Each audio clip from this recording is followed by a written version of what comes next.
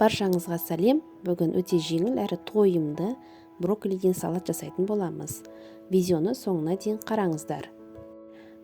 Бізге керегі 500 грамм брокколи, 2 қызанақ, 2 қияр, пияз, лимон, брынза, зәйтүн және де сұйық май керек.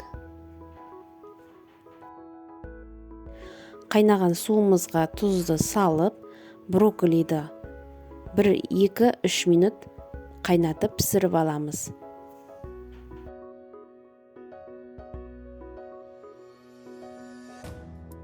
Брокколидің піскенін шанышқымен тексереміз. Жұмсақ болса сүзіп аламыз.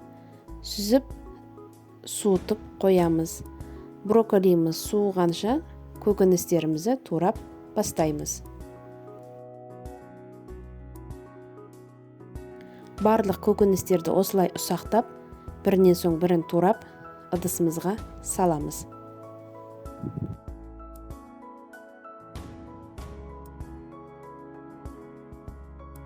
Брокколиді осылай бірнеше бөліктерге бөліп, турап саламыз.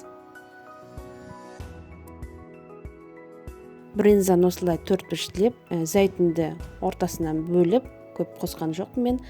Дәміне қарай тұз саламыз. Жаңағы сұйық майымызды құямыз. Сосын лимон шырынын сығамыз. Осылай салатымыз дайын болды. Өте дәмді, тойымды және тез дайындалады. Сіздерді жасап көріңіздер, сіздерге ұнайды деген сенімдемін. Ас болсын.